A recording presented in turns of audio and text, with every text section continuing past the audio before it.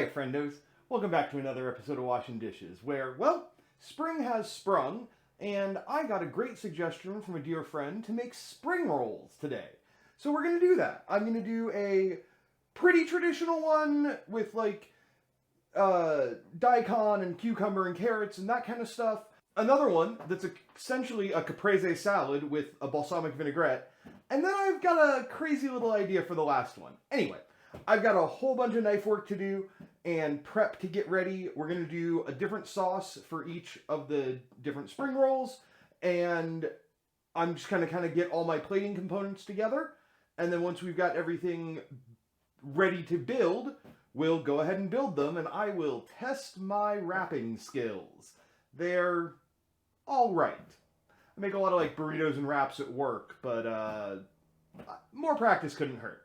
Anyway, hang out. Voiceover me will talk you through the plan while physical me does the hard work. All right, stick around. All right, the first thing we're going to have to do, obviously, is marinate some chicken. So we're going to do that in a pretty simple marinade. Just some soy sauce, sesame oil, mirin, ginger, lime zest, lime juice, and the tops of some green onions. You know, now that I say that, it doesn't sound so simple. But I could have complicated this a lot more. Yeah, we're just trying to get a little bit of the, like, usual kind of stereotypically vaguely Asian flavors into there. So we're going to whip that up. We're going to throw the chicken in, and we're going to pop that in the fridge to sit for... I'm going to leave it for about half an hour. An hour or two would be better. I wouldn't go any longer than, like, do it in the morning and then cook it in the evening, because soy sauce marinades tend to really make things salty if you leave them too long. Anyway, moving on to our next step. With the chicken marinating, we're going to go ahead and get into our veggies. Pretty much everything is going to be cut into 1/4 inch-ish strips that are about 2 to 3 inches long. In the case of the onions, that's kind of already partway done for us. So we're just going to slice these up, and then we're going to quick pickle them, which we'll get to in a minute.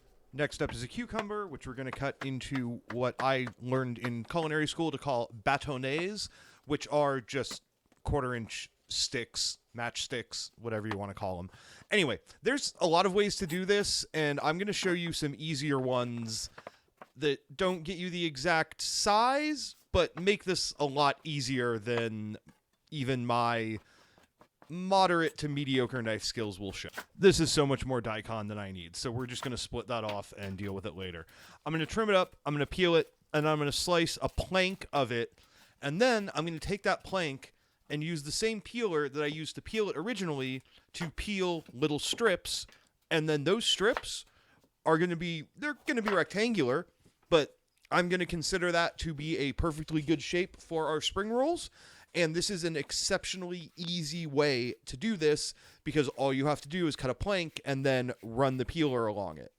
I've got another slightly more complicated but also prettier thing to show you with the carrots. For the carrots, we're going to do similarly to the daikons. We're going to peel them, and then we're going to use the peeler to peel strips. But in this case, because the strips are going to be thicker, we're going to go ahead and stack them up and cut them down into matchsticks. I think these are thin enough to be juliennes, but whatever. Whatever works. You just want them small and thin, and these aren't going to get cooked, so you don't want too big of a chunk to get too crunchy in there.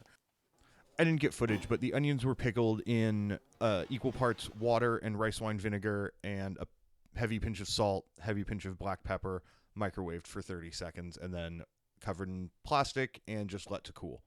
Our chicken's had some time to marinate, so I'm going to pat it dry and then get it onto a grill pan. And then we're going to cook it, and then it's going to cool off, and then we can put it on our spring rolls. So I marinated 3. I think I'm only going to actually use 2. Get the onions off.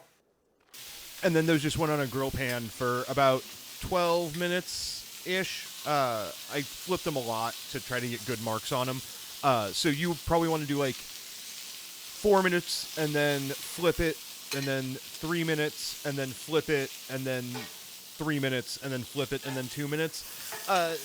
Just get them cooked through and get some good marks on them. They're going to cool off anyway.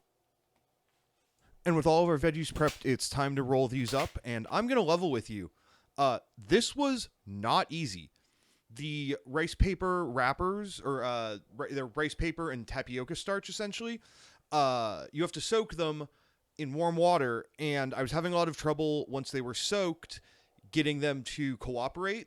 So I did a little took a break, did a little research, and found out that if you roll them, if you put like a cloth down, they're a lot easier to use, essentially. So I'm just using a t-shirt that I was given as merch from a vendor and never wore. So it's clean, and it just hasn't been worn. Honestly, any clean t-shirt or thing like that would work just fine.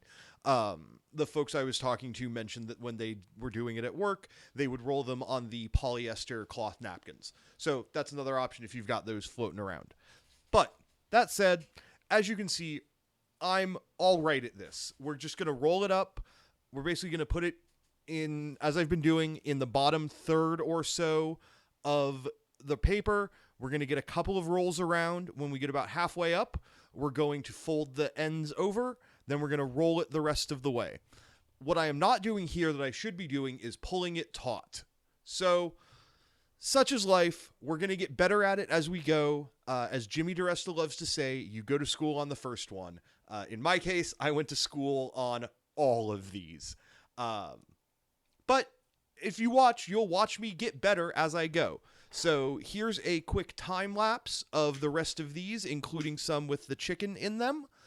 And then we'll get on to our next part of the project.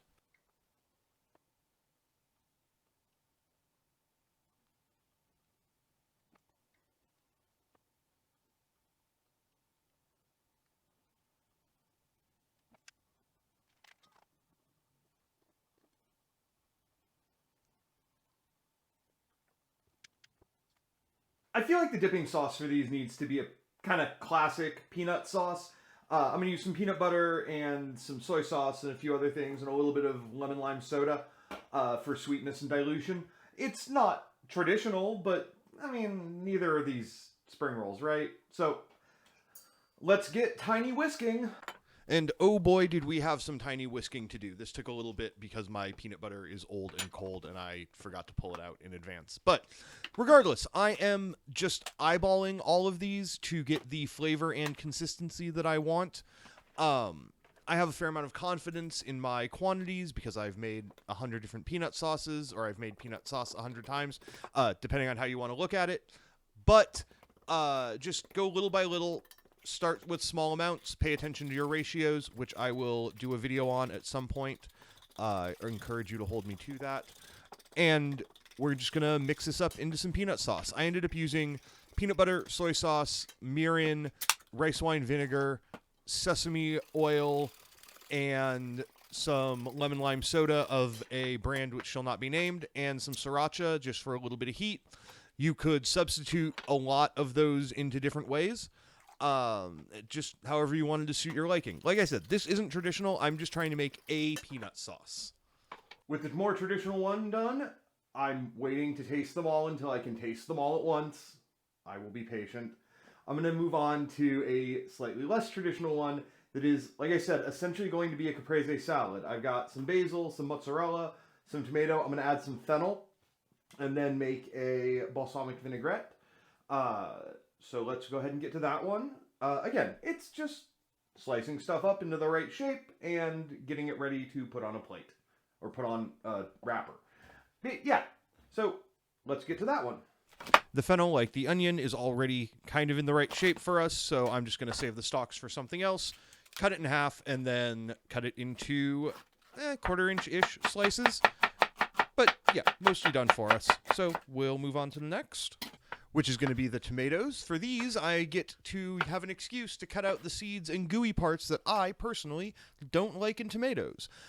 In this case, we're cutting them out because they would add all kinds of bad moisture to the situation, and it would be soggy and just a mess. So we're going to quarter them and then cut out the seed area, and then we're going to just slice them into matchsticks like we have with everything else. For the mozzarella, I'm using some fresh mozzarella, which I'm just going to dry off so it doesn't slide around on my board too much.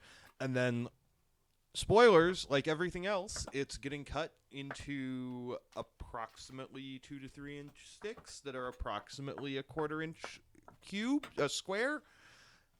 You know what I mean. You'll see what I mean if you don't. Anyway, yeah, so we're just going to slice it up. And then the basil, we're going to wait on until we actually go to roll these up, which is coming up very soon. After my marginal success with the traditional ones, I decided to hedge my luck and lay out a little base of basil that would hopefully, I was hoping, kind of show through the wrapper because they're translucent. We'll see how it goes. You'll see how it goes. I know how it went. Anyway, so again, we're just stacking them up, rolling them up, and then setting them aside to get on to the next one. Again, we cut the seeds out of the tomatoes because if we had left them when we rolled these up, they would have just gotten mushy and squishy all over the place, and it would have been gross.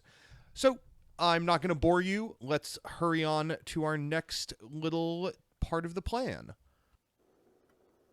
The balsamic vinaigrette, of course, is, like most of the sauces, super simple.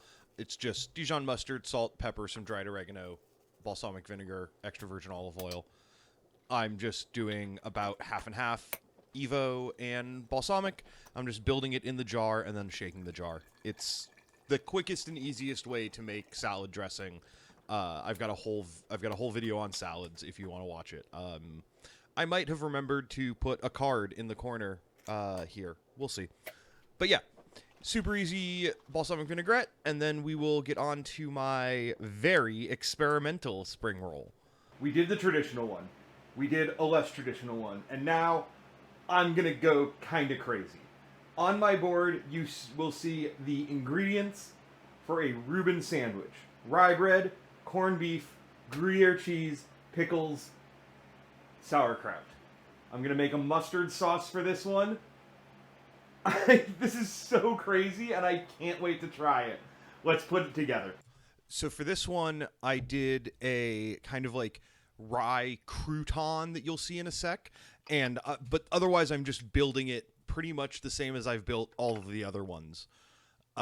Just kind of stacking the stuff up, rolling it, pulling it tight, rolling it a little more, flipping the sides in, etc., etc. These, I was expecting these to come out the best of the lot, but because of kind of the odd shapes and sizes of the stuff in them, they came out a little loose. But I was still like really excited to try it out. We'll talk about how they tasted in a minute. The sauce for this one is just 1 part mayonnaise to 2 parts mustard. I'm building it in a little cup for reasons that will become apparent momentarily. I didn't want to get too crazy. I wanted this to have kind of a basic sauce that was just the other things you would put on a Reuben. Now, you may expect this to be the part where I taste test these with the dipping sauces, right? I already did that off camera. But you knew that I was going to say they were great, right? Like, obviously, I think they're delicious. But I'm actually going to take them out to some of my friends who I do sword fighting with, and we'll see what they think. So, unless something terrible happens with that, cut to that. I hope. Cool. So, just when we start. Yeah, go for it. Okay. So, Reuben spring roll, mustard sauce. Okay, let's try it out. Here it is. Visually, this looks so cool. It's like dystopian, but I'm about it. Let's try it out.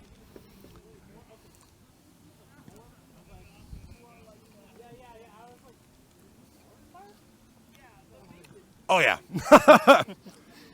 that really is a Reuben. The flavors there, the consistency, the different textures is really interesting. It's the wrap that's really getting me. It's like pre-packaged for my mouth. It's really good actually. Holy sh! Okay. No. That's a really good Caprese, and kind of the wrapping makes it so I can just eat it with my hand, which is nice. The texture it's weird. I'm not used to it. It's like an organ, like eating an organ, but it doesn't. I could get used to this, and you could take this to a park and just. It's hand food now. Did bring it to a park. Yeah, it's hand food. This is great. So this actually does look good. The best part is, like, I'm gonna assume, like, just not eating it with a fork makes it better. It's more convenient. Oh, absolutely. It looks more convenient.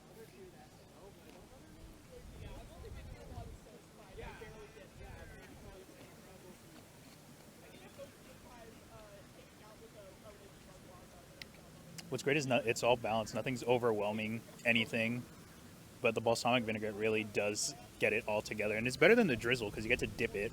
So you have that going for you as much as you want or as little as you want. That's up to you rather than just drizzling it and ending up with either a messy plate or like just having it drip down your face. But it's great. It's great. The delivery system of the fact that it's in the rice paper, absolutely amazing. Okay. That's good. Okay. I really like the pickled onion with it because I was a bit skeptical at first, but it does work really well with the chicken and the other vegetables as well. Even more so because I thought with the pickled daikon and the carrot, it would be too much sour. But no, it feels balanced with it. Let me try it with the peanut sauce.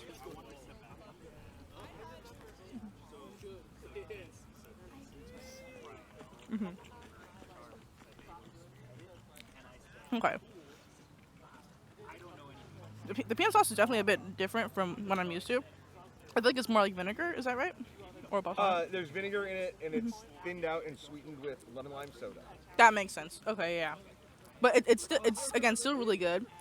I also would think that it would overwhelm it, but no, it adds to more of the pickled ingredients. It's really nice.